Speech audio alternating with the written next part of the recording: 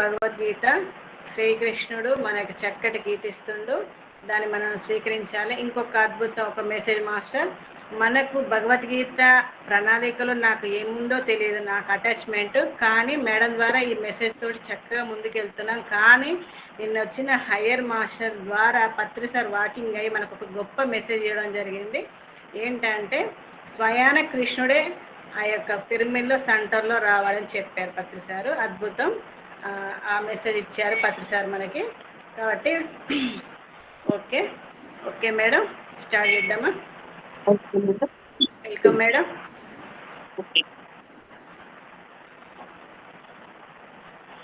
బ్రహ్మర్షి పితామహ పత్రిజీ గారికి, మహావతార్ బాబాజీ గారికి, హయ్యర్ వరల్డ్ మాస్టర్స్ అందరికీ హృదయపూర్వక ఆత్మ ప్రణామాలు. అదేవిధంగా ఈరోజు ఈ మీటింగ్లో హాజరైన ధ్యానులందరికీ హృదయపూర్వక ఆత్మ ప్రణామాలు. ఈ అవకాశాన్ని ఇచ్చిన విజయలక్ష్మి మాస్టర్, ప్రభాకర్ మాస్టర్, దామోదర్ మాస్టర్లకి వేల వేల కృతజ్ఞతలు. అదేవిధంగా నాకు జన్మనిచ్చిన నా తల్లిదండ్రులకి పాదాభివందనాలు తెలియజేస్తున్నాను మాస్టర్స్. ఈరోజు మన భగవద్గీత తరగతిని మనము ధ్యాన శ్లోకాలతో ప్రారంభించుకుందాం.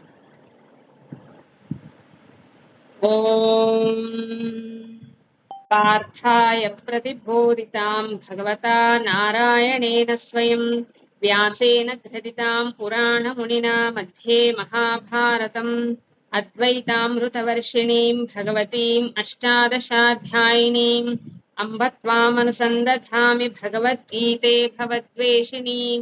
నమోऽस्तु వ్యాస విశాల బుద్ధే పుల్లారవిందాయతపత్ర నేత్ర येन त्वया भारततैलपूर्णः प्रज्वालितो ज्ञानमयः प्रदीपः प्रपन्नपारिजाताय तोत्रवेत्रैकपाणये ज्ञानमुद्राय कृष्णाय गीतामृतदुहे नमः.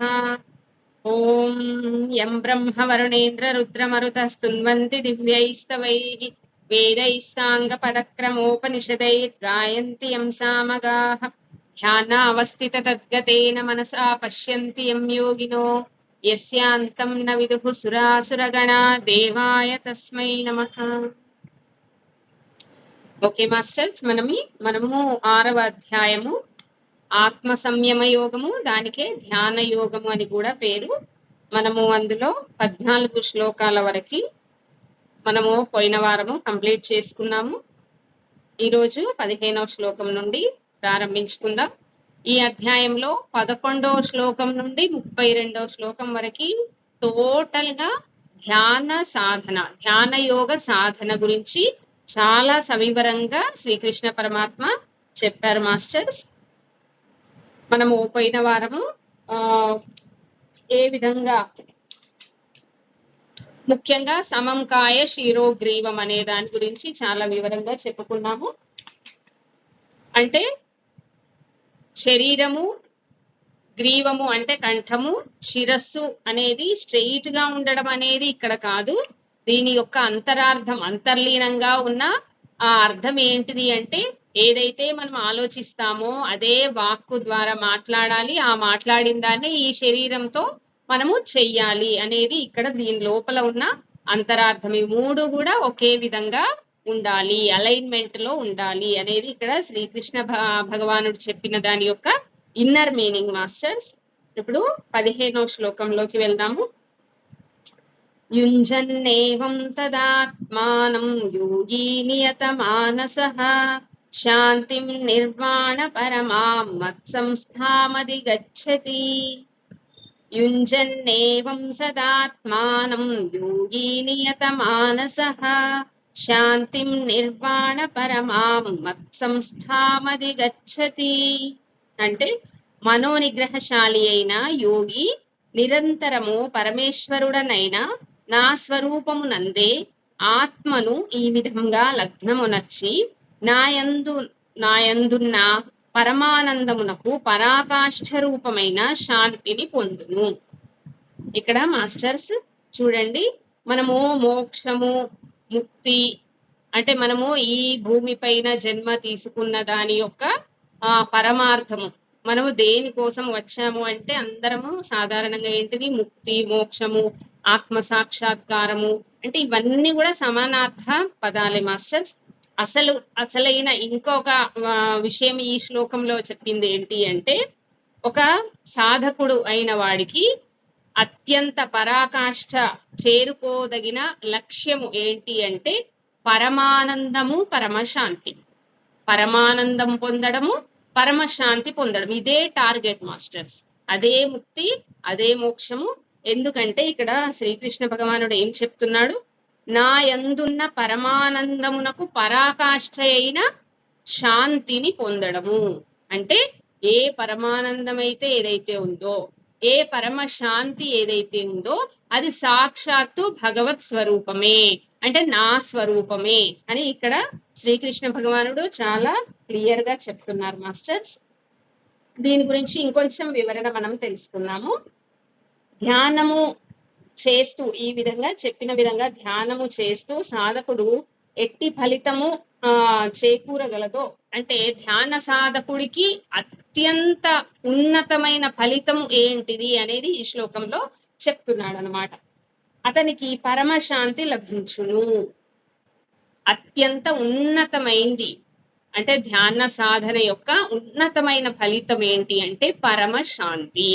పరమశాంతి అంటే మాస్టర్ యాక్చువల్ గా మానవుడి యొక్క స్వస్వరూపము ఆనంద స్వరూపం. మనిషి యొక్క స్వరూపం అంటే మనము ఏ విధంగా జన్మించామో అమ్మ కడుపులో నుంచి అదే విధంగా మనము ఉంటే గనక మన స్వరూపము ఒక ఆనంద స్వరూపం. అంటే మనము ఉండవలసిన స్థితి నుండి ఎంతో చాలా దూరంగా వెళ్ళిపోయాము, చివరికి తప్పిపోయాము. అందుకే ఆ ఆనంద స్వరూపం అనేదాన్ని పూర్తిగా మనము మర్చిపోయినాం. ఈ సాధన వల్ల, ఈ ధ్యాన సాధన వల్ల మనకి ఆ ఉత్కృష్టమైన పరమోత్కృష్టమైన ఫలితము ఏంటిది అంటే పరమశాంతి.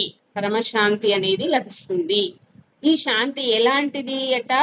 సాక్షాత్ భగవంతుని యందు కాపురం ఉండేది.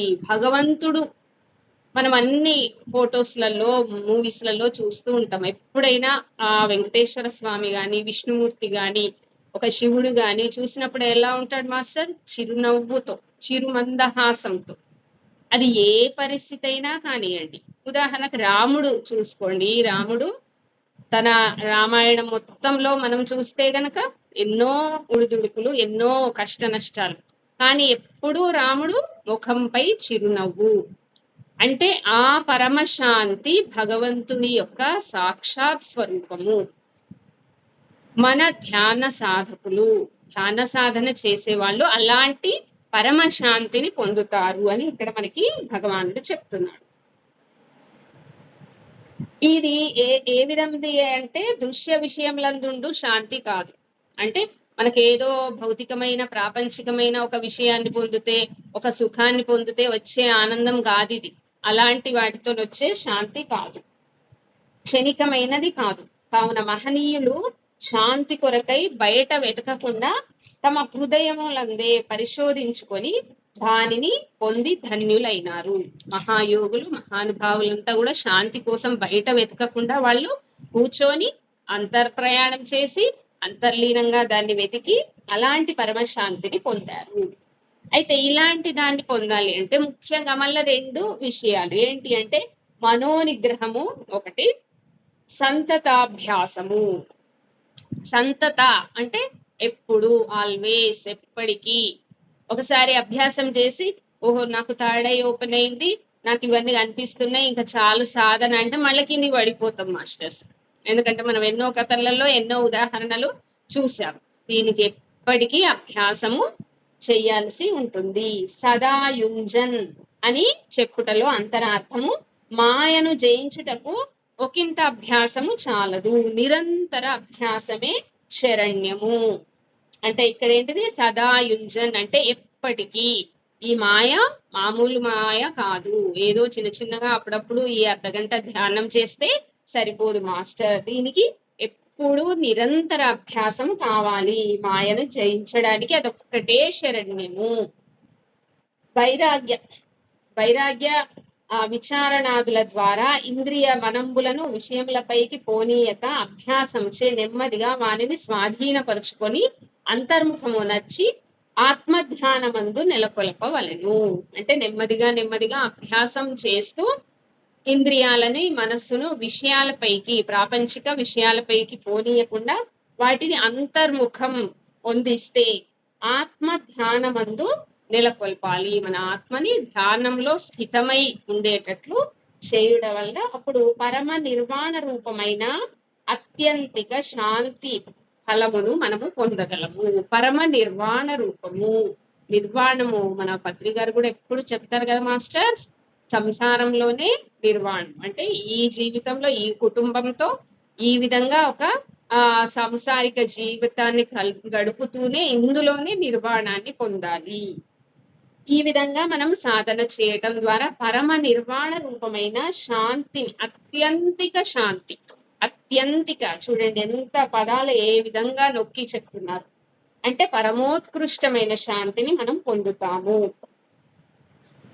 ఎంత విలువ చెల్లింపబడునో అంత ఫలితము చేకూరుతుండును. అంటే మనం ఎంతగా ధ్యానము చేస్తామో, ఎంత సమయాన్ని ధ్యానంలో ధ్యాన సాధనలో గడుపుతామో మనకు అంత ఫలితము వస్తుంది. కాబట్టి నాకు ఇంకను శాంతి దొరకలేదు అని ఎవ్వరూ దుఃఖింపని అవసరం లేదు. భగవానుడు తెలిపిన ఈ చక్కటి ధ్యాన సాధన, ఈ సాధనా సంపత్తి చేకూర్చుకొని మనము శాంతి మన చేతులలో కరతలామలకము. కరతలామలకం అంటే మన చేతుల్లోనే ఉంది. ఈ శాంతి అనేది మన చేతుల్లోనే ఉంది మాస్టర్. ఈ ధ్యాన సాధన మనకు ఆ భగవానుడు శ్రీకృష్ణ భగవానుడు అప్పుడు చెప్పాడు, మన పత్రి గారు సాక్షాత్తు శ్రీకృష్ణ భగవానుడు చెప్పింది. అత్యంత సులభమైన సరళమైన సాధన మనకు అందించారు. కాబట్టి ఆ పరమ శాంతి, నాకు శాంతి లేదు, ఈ ఏంటిది నాకు ఎవరు కూడా అనుకూలంగా లేరు, నాకు సుఖం లేదని బాధపడాల్సిన అవసరం లేదు మాస్టర్స్. మన చేతుల్లోనే మన శాంతి ఉంది. ఇలాంటి మనం ఆనాపాన సతి పట్టుకొని ఆ శాంతిని మనం పొందవచ్చు. ఓకే మాస్టర్, నెక్స్ట్ శ్లోకంకి వెళ్దాము. నాత్యశ్నతస్తు యోగోస్తి నైకాంతమనశ్నతః నాతి స్వప్నశీలస్య జాగ్రతో నైవ చార్జున. నాత్యశ్నతస్తు యోగోస్తి నైకాంతమనశ్నతః నాతి స్వప్నశీలస్య జాగ్రతో నైవ చార్జున.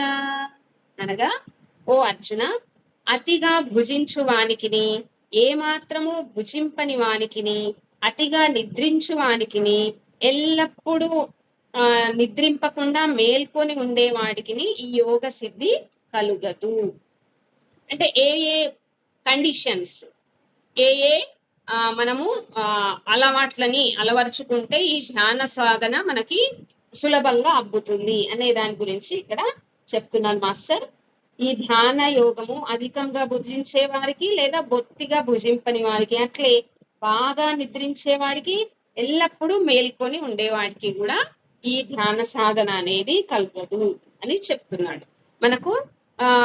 మనకు తెలిసిన మన మాస్టర్లలో ఇప్పుడు మన ఈ గ్రూప్ లో కూడా ఉండొచ్చు, అందరూ ఈ రెండు విషయాలు చాలా మంది చాలా మాస్టర్స్ పాటిస్తున్నారు మాస్టర్. ఏంటిది అంటే ఆహారం విషయంలో ఎంతమంది ఏంటిది ముఖ్యమైనది శాకాహారము, సాత్వికాహారము, మరియు ఏంటిది సూర్యాస్తమయం తర్వాత తినకుండా ఉండడము ఉడికించిన పదార్థాలని, అదే విధంగా రోజు ఏకభుక్తం తినడము, ఇవన్నీ మన మాస్టర్స్. అంటే నాకు అనిపిస్తుంది ఏంటి అంటే ఎప్పుడైతే ఈ ధ్యాన సాధన మనము మొదలుపెట్టి చేస్తూ ఉంటామో ఆటోమేటిక్ గా మన బాడీ అనేది దానికి అనుగుణంగా, అంటే శ్రీకృష్ణ భగవానుడు భగవద్గీతలో ఇలా చెప్పిండు అని నిజానికి ఎవరు చదివి ఉండరు, కానీ అది ఆ విధంగానే ఆ ధ్యాన సాధన అనేది మనల్ని నడిపిస్తూ ఉంటుంది మాస్టర్స్. అదే విధంగా నిద్ర విషయానికి వస్తే కూడా ఎంతమంది మన మాస్టర్స్ అసలు ఒక 6 నెలల నుండి మంచానికి వీపు తాకించని మాస్టర్స్ ఎంతో మంది ఉన్నారు. అంటే చూసిందా, ధ్యాన సాధన అనేది మనకు ఆ రకంగానే మనల్ని నడిపిస్తూ ఉంటుంది. ఏ సాధన అయినా కూడా ఇవి రెండు, ఆహారము నిద్ర, ఇవి రెండు ముఖ్యమైన పాత్ర వహిస్తాయి. మనల్ని ఒక క్రమశిక్షణతోని ఒక జ్ఞానం వైపు నడపడానికి ఆహారం మీద కంట్రోల్, నిద్ర మీద కంట్రోల్. ఓకే, గుడాకేశ సాధన ఉంది కదా. గుడాకేశ అంటే ఏంటి మాస్టర్ అది అందులో మీనింగ్ చూసాను నేను. ఏంటిది? మాస్టరీ ఆఫ్ స్లీప్ అన్నమాట. నిద్ర పైన ఆధిపత్యం. దాన్ని గుడాకేశ అని అంటారట. అంటే నిద్ర మనం అనుకుంటేనే నిద్ర వస్తుంది, మనం పోయినప్పుడే నిద్ర వస్తుంది. వద్దు నేను సాధన చేసుకుంటాను అంటే నిద్ర రాదనమాట. ఆ విధంగా ఆ నిద్ర పైన ఆధిపత్యం పొందడమే గుడాకేశ సాధన. అయితే ఈ 16వ శ్లోకానికి మనకు పత్రి గారు ఇచ్చిన వివరణ ఒకసారి చూద్దాం మాస్టర్స్. శ్లోకం ఒకసారి. నాత్యశ్నతస్తు యోగోస్తి నైకాంతమనశ్నతః నాతి స్వప్నశీలస్య జాగ్రతో నైవ చార్జున. అంటే అర్జున, అతిగా తినేవాడికి, మరి బొత్తిగా తినని వాడికి, ఎక్కువగా నిద్రపోయేవాడికి, మరి అసలు నిద్రపోకుండా ఉండేవాడికి ధ్యాన యోగం సిద్ధించదు. దాని వివరణ చూద్దాం. గౌతమ బుద్ధుడు కొన్నాళ్ళు పూర్తిగా ఆహారాన్ని త్యజించి ధ్యానం చేసి చూశాడు. అయితే శరీరాన్ని శుష్కింప చేసుకొని సాధన చేస్తే ఫలితం ఉండదని, అది అనర్థాలకు దారి తీస్తుందని స్వానుభవం మీద గ్రహించాడు. మన పత్రి గారు కానీ అందరు ధ్యానులు కానీ ఏంటి అనేక రకాలైన ప్రయోగాలు, ఏ విధంగా అయితే ధ్యాన సాధన కుదురుతుంది, ఏ విధంగా అయితే మనము ఉన్నత స్థానానికి ముందుకు పైకి ఈ సాధనలో వెళ్తాము అనే దానికోసమని బుద్ధ భగవానుడు కూడా ఫస్ట్ ఆహారాన్ని మొత్తం త్యజించి ఒక ఎక్స్పెరిమెంట్ లాగా చేసిందట. చేస్తే ఏంటిది, ఏం ఫలితం వచ్చింది అంటే, ఆహారాన్ని ఈ విధంగా పూర్తిగా త్యజించడం వల్ల, శరీరాన్ని శుష్కింప చేసుకోవడం వల్ల ఫలితం ఉండదు అని స్వానుభవం మీద గ్రహించాడు. తాను చేయవలసిన ప్రయోగాలన్నీ చేసి చివరకు మరీ ఎక్కువగా కాకుండా మరీ తక్కువగా కాకుండా తగు మోతాదులో ఉండే మధ్య మార్గాన్ని ప్రతిపాదించాడు. మధ్య మార్గం మాస్టర్, ఇది ఒక మధ్య మార్గం గురించి కూడా చాలా ఎపిసోడ్స్ చేశారు. ఏంటిది అంటే, ప్రతి విషయంలో ఇక్కడ మనకి ఆహారం విషయంలో మధ్య మార్గము ప్రతిపాదించాడు అని చెప్పారు. కానీ ప్రతి ఒక్క విషయంలో మధ్య మార్గము మాస్టర్స్, అంటే మంచి చెడు అనేది లేదు, మధ్య మార్గం.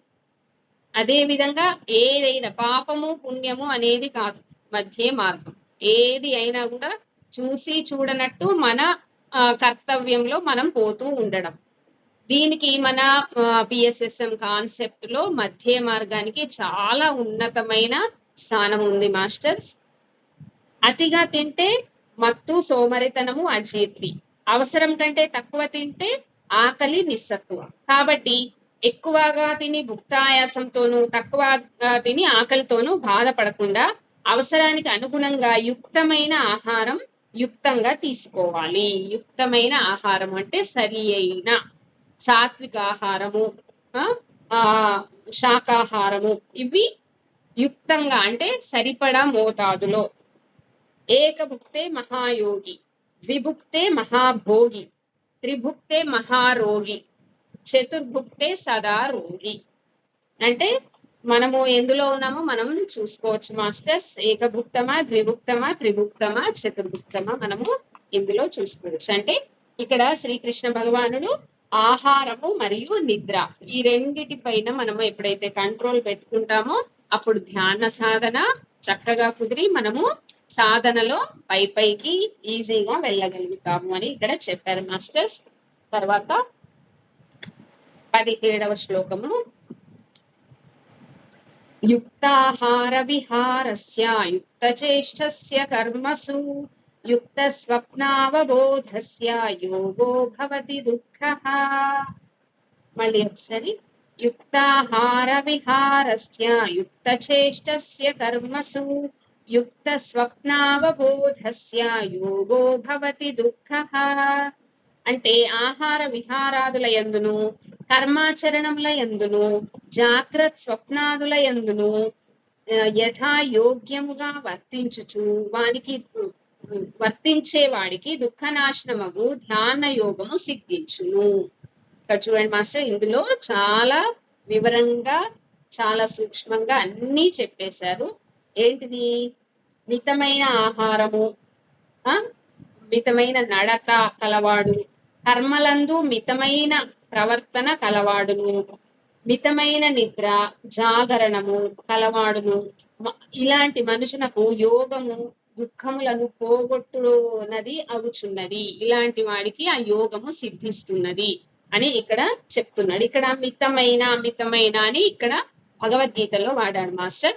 ఇదే మనకు మన దాంట్లో మధ్య మార్గము అనేది కూడా రెండు కూడా ఒకటే మీనింగ్ ని ఇక్కడ ఇస్తాయి. దీనికి సంబంధించి కూడా మన పత్రికారి వివరణ ఒకసారి చూద్దాము. ఆహార విహారాదులు మన అందరికీ తెలుసు మాస్టర్. ఎలాంటి మనకు ఇంకా ముందు ముందు అధ్యాయాలలో ఏది సాత్విక ఆహారము, ఏది రాజసాహారము, ఏది తామసాహారము, ఏ ఆహారాన్ని తింటే మన లోపల ఎలాంటి ఎమోషన్స్ ప్రేరేపితమవుతాయి, ఒక సాధకుడైన వాడు ఎలాంటి ఆహారాన్ని తీసుకోవాలి, ఇవన్నీ చాలా వివరంగా ఉంటాయి మాస్టర్స్. ఇందులో దీనికి సంబంధించి చూద్దాము. ధ్యానానికి చాలా అనుకూలమైన ఆహారము సాత్విక ఆహారము. అది ఆయువును, బలాన్ని, ఆరోగ్యాన్ని, సుఖాన్ని వృద్ధి చేస్తుంది. ఎక్కువగా తిని భుక్తాయాసంతోనూ, తక్కువగా తిని ఆకలితోనూ బాధపడక అవసరానికి అనుగుణంగా యుక్తమైన ఆహారం మితంగా తీసుకోవాలి. యుక్తమైన అంటే ఆప్టిమం అంటే సరి అయినది అని అర్థం. యుక్తాహారం అంటే శాకాహారం, యుక్తాహారం అంటే సాత్విక ఆహారం. శ్రేష్టతమైన యుక్తాహారం అంటే ఫలాహారం. ఆకలి ఉన్నప్పుడే తినాలి. ఆకలి ఎంత ఉందో అంతకన్నా 2 ముద్దలు తక్కువనే తినాలి. వారానికి ఒక రోజు నిరాహారంగా ఉండాలి, అంటే ఉపవాసం ఉండాలి. ఓకే, ఉపవాసం ఉంటే మనందరికీ తెలుసు ఏంటిది, మన బాడీ అనేది సెల్ఫ్ హీలింగ్ కి మనం ఎంతో సహాయం చేసిన వాళ్ళం అవుతుంది. బాడీకి సెల్ఫ్ హీలింగ్ చేసుకోవడానికి మనము దోహదపడిన వాళ్ళం, సహాయం చేసిన వాళ్ళము అవుతాము. అదే విధంగా మనకు ఈ రోజులలో చూస్తూ ఉన్నాం ఏంటిది, డిఎన్ఏ ఏంటిది రీకనెక్షన్, రీఆర్గనైజేషన్ కి కూడా ఉపవాసం అనేది ఉపయోగపడుతుంది అని కూడా విన్నాము మనము. ఇంకా లంఘనం పరమౌషధం కదా. ఇకపోతే స్వప్నం అంటే నిద్ర. మనిషి శారీరక మానసిక అవసరాలకు అనుగుణంగా సరి అయిన నిద్ర నిద్రించాలి. యోగంతో కూడుకున్న నిద్ర యోగ నిద్ర. యోగ నిద్ర అనేది సరి అయిన నిద్ర. ఇక్కడ క్లారిటీ ఇచ్చేసిండు పత్రిక. ఓకే, మనం పడుకోకుండా అంటే ఇందాక మనం అనుకున్నాం కదా, మన మాస్టర్స్ ఒక 6-7 నెలల నుంచి కనీసం వీపు మంచానికి ఆనకుండా ఉన్న వాళ్ళు ఉన్నారు. మరి ఇంతకుముందే మనం అనుకున్నాం ఏంటిది, అసలే పడుకోని వాడు, బాగా పడుకునేవాడు ఎవరికి యోగం సిద్ధించదు అని అనుకున్నాం. దానికి ఇక్కడ మనకు క్లారిటీ వచ్చింది. ఇక్కడ సరి అయిన నిద్ర యుక్తాహార విహారస్య యుక్త చేష్టస్య కర్మసు యుక్త స్వప్నావబోధస్య యోగో భవతి దుఃఖః. సరి అయిన నిద్ర. సరి అయిన నిద్ర అంటే ఇక్కడ ఏం చెప్పారు, యోగ నిద్రనే సరి అయిన నిద్ర. బెడ్ పైన పడుకొని నిద్రపోవడం కాదు. యోగ నిద్ర, ధ్యానంలో మనం కూర్చొని పోయే నిద్ర అది యోగ నిద్ర. ఆ యోగ నిద్రనే సరి అయిన నిద్ర అని ఇక్కడ మనకు క్లియర్ గా చెప్పారు మాస్టర్స్. మన కర్తవ్య నిర్వహణకు మనం చేసే చేష్టలు ధర్మంగా, ధర్మయుక్తంగా ఉండాలి. ఒక యుక్త స్వప్నావబోధస్య యుక్త చేష్టస్య కర్మసు అంటే ఏంటిది, ఫస్ట్ ఆహారం చెప్పారు, తర్వాత యుక్తమైన నిద్ర గురించి చెప్పారు, తర్వాత యుక్తమైన కర్మ గురించి. ఆ కర్మ యుక్తమైన కర్మ అనేది వచ్చింది అంటే ధర్మం. ధర్మం ఏ దాని అనుగుణంగా ఉండాలి మాస్టర్స్, ధర్మానికి అనుగుణంగా ఉండాలి. ఇక్కడ కూడా కర్తవ్య నిర్వహణకు మనం చేసే చేష్టలు ధర్మంగా, ధర్మయుక్తంగా ఉండాలి. యుక్త విహారం, యుక్తమైన మనం తిరిగే స్థలాలు, తిరిగే ప్రదేశాలు అవి ఏ విధంగా ఉండాలి, మన సాధనకు, మన ఆధ్యాత్మిక ఉన్నతికి, మన ఎదుగుదలకి ఉపయోగపడే విధంగా ఉండాలి. ఆ ప్రదేశాలకు వెళ్తే మన ఎనర్జీ, మన పాజిటివ్ ఎనర్జీ, మనకి ఎనర్జీ అనేది ఫీల్ అవుతాం. మన అందరు మాస్టర్స్ అందరం మనం శాకాహార ర్యాలీలో ఎంత ఎనర్జీస్ తీసుకున్నామో తెలుసు అందరికి. అంటే అది విహారము అంటే ఆ విధంగా ఉండాలి. పత్రి గారితోని టూర్స్, ట్రెక్కింగ్స్ వెళ్ళినప్పుడు, డీప్ ఫారెస్ట్ లోకి వెళ్ళినప్పుడు అందరు ఎంత ఎనర్జీ తీసుకున్నారు, అది యుక్త విహారము, యుక్తమైన విహారము. అందరం కలిసి కాస్మిక్ వ్యాలీకి వెళ్తాము, ఇంకా ఏంటిది కడతాల్ వెళ్తాము. ఇవి అసలైన యుక్త విహారము, యుక్తమైన విహారాలు. ఆ విహారాలు ఎలా ఉండాలి? మనకి ఎంతో ఆనందాన్ని, శాంతిని, పాజిటివ్ ఎనర్జీని ఇచ్చే విధంగా ఉండాలి. ఓకే. ప్రాపంచికమైన విహారాలు కూడా ఉంటాయి. కానీ అవి కూడా ఇస్తాయి గానీ ఏంటిది చాలా స్వల్పమైనవి. స్వల్ప కాలానికి అవి మనకు ఆనందాన్ని ఇస్తాయి. తర్వాత దానివల్ల దాని కారణంగానే ఏదో ఒక దుఃఖానికి దారితీస్తూ ఉంటాయన్నమాట. అలా కాకుండా యుక్తమైన విహారాలు. ఇంకొకటి ఏంటిది? పక్కవాడిని కష్టపెట్టి మనం సుఖం పొందడం కాదు. పక్కవాడి సుఖం కూడా మన సుఖంతో కలిసి మిళితంగా ఉంటే అది యుక్త విహారం అవుతుంది. ఓకే. అందరం కలిసికట్టుగా ఆ ఇప్పుడు మొన్న శాకాహార ర్యాలీ చేసుకున్నాం. అందరము కలిసికట్టుగా అందరూ అదే ఆనందాన్ని పొందిండ్రు, అందరూ అదే ఎనర్జీని పొందిండ్రు. అది అసలైన విహారము. అంతేగాని ఒక్కడికి పక్కవాడు ఏమన్నా కానీ నేను హ్యాపీగా ఉంటే చాలు అనుకుంటే అది యుక్తమైన విహారం అనబడదు అని చెప్తున్నారు. కేవలం మన సుఖం కోసమే మన చేష్ట అయితే అది యుక్తమైనది కాచాలదు. మనం తిరిగే ప్రదేశాలు మానసిక ప్రశాంతతను కలిగించే విధంగాను ఇంకా తోడ్పడే విధంగాను ఉండాలి, కానీ ఉద్రేకాలను ప్రకోపించే విధంగా ఉండకూడదు. మనం తిరిగే ప్రదేశాలు ఆ విధంగా ఉండాలి. ఒక ప్రదేశానికి వెళ్ళాము, ఒక తిరుపతికి వెళ్ళామనుకోండి, లేదా కాస్మిక్ వేళకి వెళ్ళాము, లేదా కడతాలకి వెళ్ళాము. మనం ఎంతో అనుభవాన్ని సంపాదించుకొని మూటగట్టుకొని వస్తాం.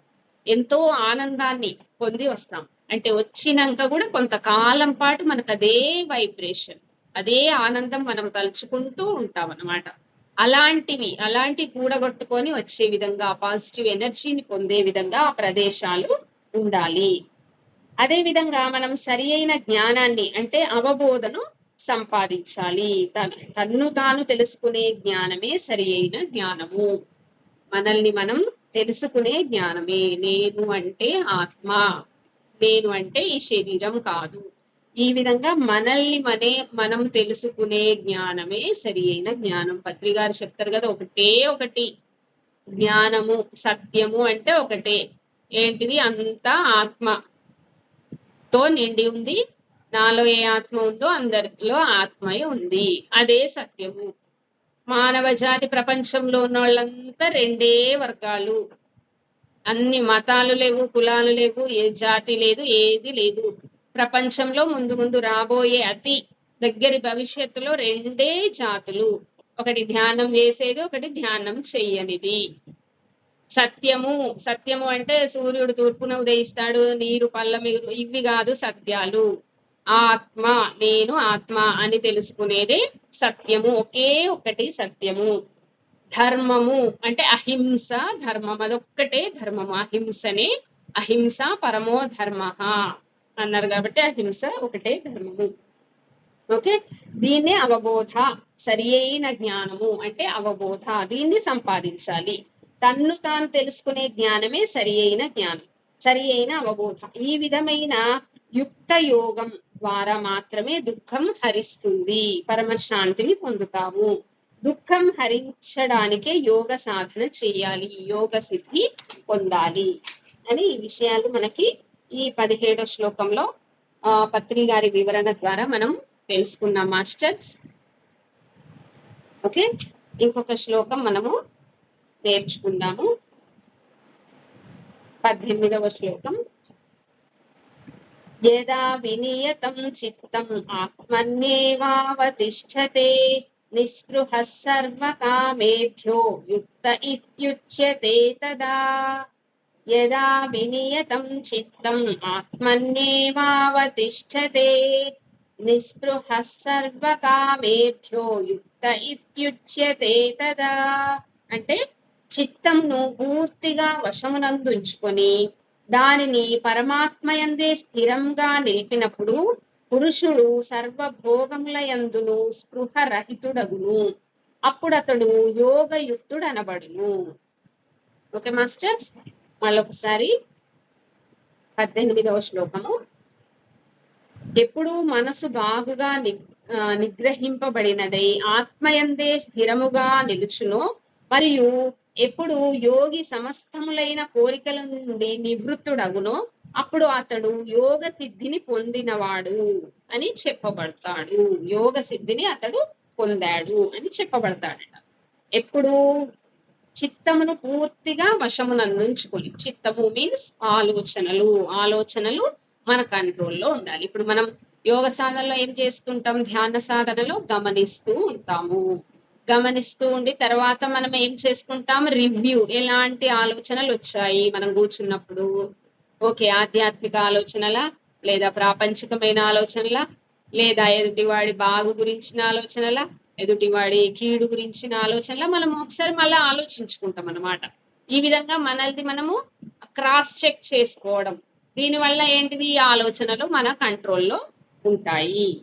అంటే చిత్తమును పూర్తిగా వశమునందుంచుకొని దానిని పరమాత్మయందే స్థిరముగా నిలిపినప్పుడు, ఆ ఆలోచనని ఎప్పుడు, చిత్తము అంటే మనస్సు ద్వారా చేసే ఆలోచనలు, ఆ మనస్సును ఎప్పుడు ఆత్మయందే స్థిరముగా నిలిపినప్పుడు అతడు పురుషుడు సర్వభోగముల యందును స్పృహ రహితుడవును.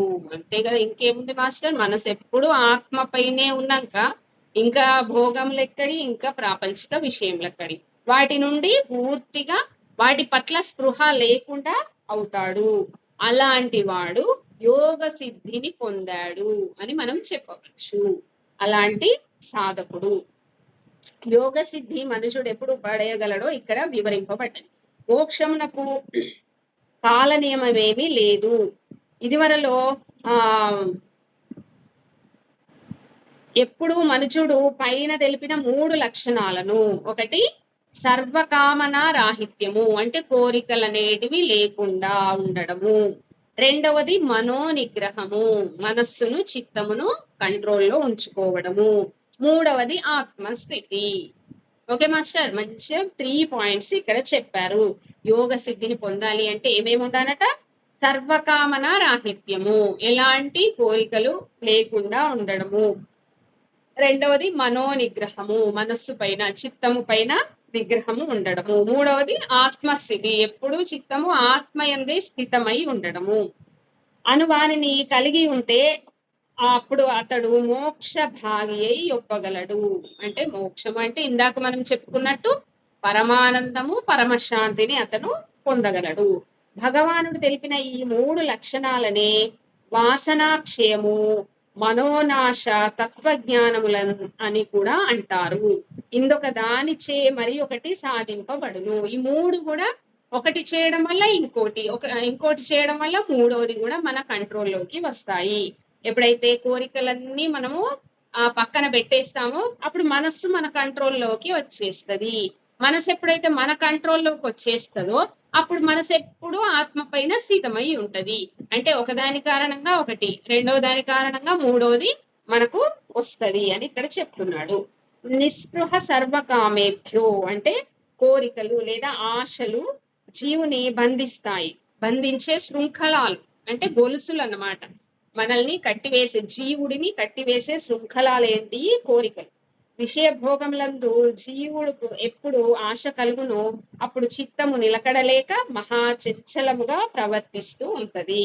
విషయ భోగాల వైపు వెళ్ళినమా అంటే, ఇప్పుడు ఈ విషయ భోగాలను ఒక దగ్గర చదివాను మాస్టర్. ఏంటి అంటే, చర్మం పైన దురద పుట్టింది అనుకోండి, ఏం చేస్తాం మనము, గోకుతాం. గోకడం వల్ల ఏమవుతుంది, ఇంకా పెరిగిపోతుంది. ఇంకా గోకితే ఇంకా పెరిగిపోతుంది, అది తగ్గదు. అంటే మన ఉద్దేశం ఏంది, దాన్ని తగ్గించుకోవాలి అని అనుకొని దాన్ని గోకడం వల్ల ఏమైతుంది, ఇంకా పెచ్చు పెరిగిపోతుంది. కోరికలు కూడా అలాంటివే. ఎప్పుడైతే కోరిక కలిగినప్పుడు దాన్ని తీరుస్తామో ఇంకా 2 పుట్టుకొస్తాయి, ఆ రెండింటిని తీరుస్తామో ఇంకా 4 పుట్టుకొని వస్తా ఉంటాయి. కాబట్టి విషయ భోగముల యందు ఎప్పుడైతే ఆశ కలుగుతుందో అప్పుడు ఇక చిత్తం ఏమైతుంది, వెర్రితలలు వేస్తూ విచ్చలవిడిగా పోతూ ఉంటది, మహాచంచలముగా ప్రవర్తిస్తుంది. కాబట్టి ఆ విధంగా ధ్యానము కుదరదు. కాబట్టి కట్టెలు తీసివేసినచో అగ్ని చల్లారేటట్లు వివేక వైరాగ్యాదులతో ఒక్కొక్క కోరికను భోగముల యందు ఆశను విషయ సంకల్పాలను హృదయము నుండి ఏరి పారేయాలి. ఓకే, సమిధలను ఒక్కొక్కటి తీసి పక్కకు పెడుతుంటే అగ్ని చల్లారుతూ ఉంటది. అదే విధంగా ఇక్కడ కూడా ఏంటిది వివేక వైరాగ్యాలు. చూడండి మాస్టర్, ఈ 2 విషయాలనైతే ఈ బుక్ లో పదే పదే పదే మనకు చెప్తున్నారు. సాధకుడికి ఇచ్చిన 2 పదునైన కత్తులు అన్నమాట, వివేకము, వైరాగ్యం. ఓకే, వివేకం అంటే మనము జ్ఞానం, ఇవంతా జ్ఞానం నేర్చుకుంటూ ఉన్నాం రోజు క్లాసులో, అది వివేకము.